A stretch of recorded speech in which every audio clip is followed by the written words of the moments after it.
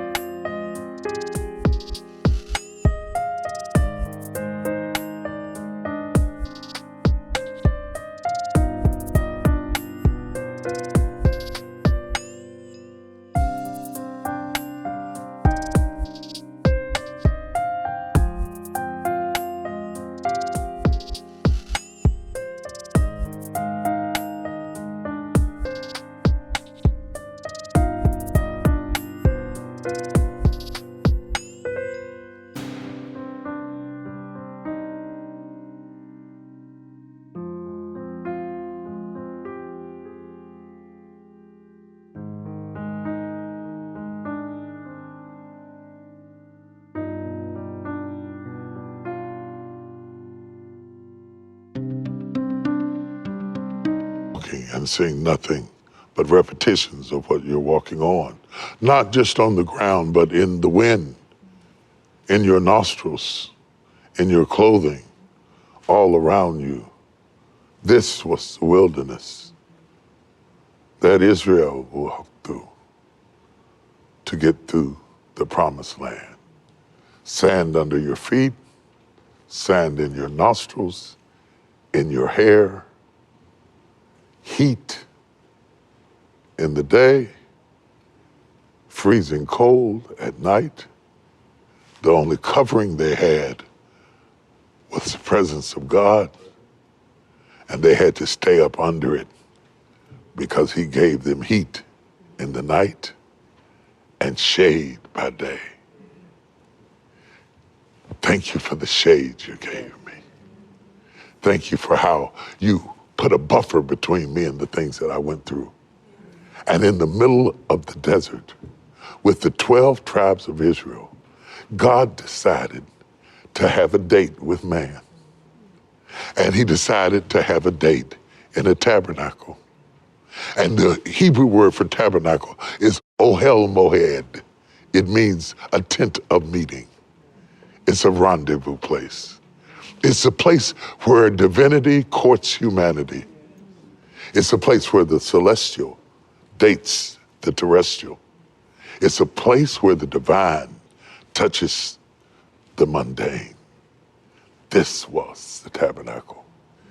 It is God playing Etch-a-Sketch, drawing Jesus in the tabernacle. Because everything the tabernacle was in shadow, Jesus was in reality.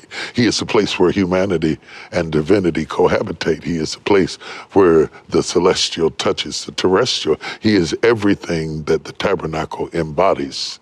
He is triune in his being, the outer court, the inner court, the holies of holies, like man, body, soul, and spirit, like God, Father, Son.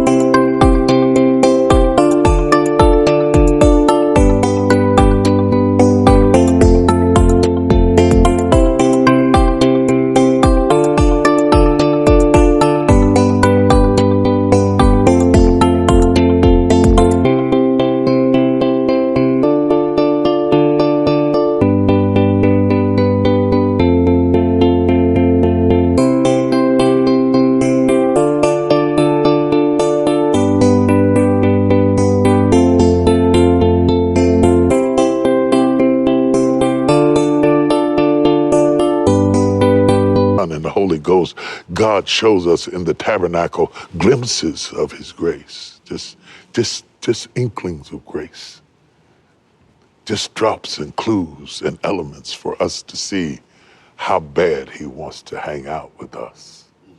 He preps us for thousands of years because the tabernacle is a shadow of Jesus. And he's trying to get us ready for his entrance, because everything the tabernacle was in the wilderness, it was surrounded by the 12 tribes of Israel. And he was the one who sat in the midst of his people. And everything the tabernacle was in the wilderness, Christ was in reality. That's why when the baby was born, they called him Emmanuel.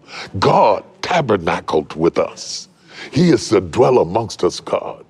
Not the dwell among you, God. You can't have him and restrict me from getting him. The tabernacle was designed so that each tribe was able to have access to him, whether you were Benjamin or Issachar or Dan or Gad or Judah or Naphtali. We all had equal access to God. In the same way, God has so fixed himself that no particular people can restrict any other group of people from being able to access him. He is the dwell amongst us, God. It is this understanding of God that makes us realize how far he would go to date you. From glory to earth, from eternity to time, from celestial to terrestrial, the divine came upon Mary and said, let me borrow a tent of flesh so you can see me walk. So the voice of the Lord that walked through the cool of the garden in the book of Genesis didn't have a tent to wear, but the voice of the Lord that walked in Matthew, Mark, Luke, and John was dressed up in the tent of Mary's flesh.